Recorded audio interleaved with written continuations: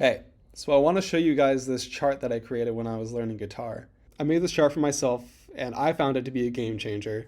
And if I were anyone else learning guitar, then I would want to know about this. The idea is it shows you everywhere that the notes in your chord appear on the fretboard so that you can quickly see all the possible ways that you could play a chord. So for example, here we're showing the notes in a G major chord and you can see the notes in the standard shape G chord. The other shape that's popular is you take the 5 here instead of the 3 there, right?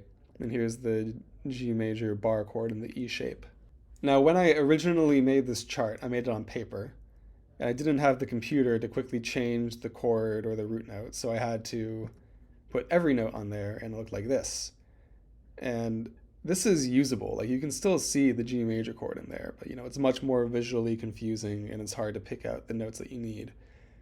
But I got some mileage out of it, so it worked. And then at some point I turned this into a Python script to generate these. And then more recently I had Claude turn it into a web page so that you can check it out on my website, aaron.kriegman.net. I'll put a link in the description. And then, by the way, for people who haven't heard yet, if you have an idea for a simple web app, you can ask Claude and it will just make it for you. Like, you tell it what you want, and then usually it will give you something that runs and does almost what you want. And then you give it some feedback, and then it does actually what you want. And maybe you have to edit a few things manually, but it's pretty good. And this isn't just for beginners. This is still useful. I still found it useful when I was learning jazz, and I was always learning new chords. And even if you're a pro and you can do all this in your head, this is still useful to make sure you didn't miss any possibilities of some nice way to play a chord. And you can also do this with scales instead of chords. So here's all the notes in the G major scale, for example. And the weird thing is, this has been done before with scales, but I haven't really seen anyone do this with chords. So I found this one guy who did something similar with chords. Here he highlighted in yellow the chord shape and then put in the other notes that are in the chord that you could play.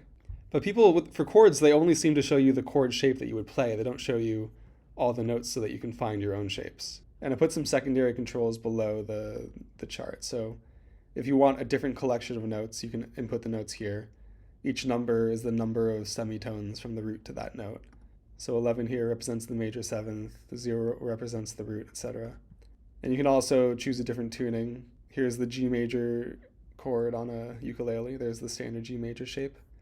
And you can input a different tuning here. So I want to give a quick introduction to what a chord is for people who are new to this and who just play the shape that they're shown on the chord chart and they don't know what the notes mean. And I don't have a formal music theory education. I sort of have an understanding that I've picked up from conversations here and there in a couple books. So my conceptualization of this might be a little different from people who are classically trained, but my understanding is correct, maybe just in different words. So notes that are an octave apart are technically different notes, they're different pitches, but in some sense we consider them the same. So in the context of chords, a chord is a collection of notes up 2 octaves. So the C major chord contains a C, any C, and then its major third and its perfect fifth. The major third is E, the perfect fifth is G. And it can contain multiple C's, multiple E's, multiple G's, and in any order, and still be considered a C major chord. And that equivalence is what allows us to make chords on guitar. It's what allows us to consider this standard chord and this bar chord to be the same chord in some sense. And sort of the 2 rules you have to keep in mind when combining these notes into a chord in some order is, 1, you have to get every note in there. And there's some exceptions to that. If you don't have the third in there, then the third is what makes it a C major chord and not a C minor chord. So it defines the character of the chord in some sense. But if you leave out the root and you're playing in a band, then the bass player will play the root, so it's fine. Sometimes in jazz, people will leave out the fifth because there's too many notes they're trying to cram into the chord, and the fifth plays less of a role in defining the character of the chord, so they can omit it. And the other rule to keep in mind is that you generally want the root note to be the bass note, the lowest note in the chord, right? So that's why we don't usually play this fifth when we play a C major chord in standard position. You could play it, it's part of the C major chord, but the bass note contextualizes the rest of the chord in some sense.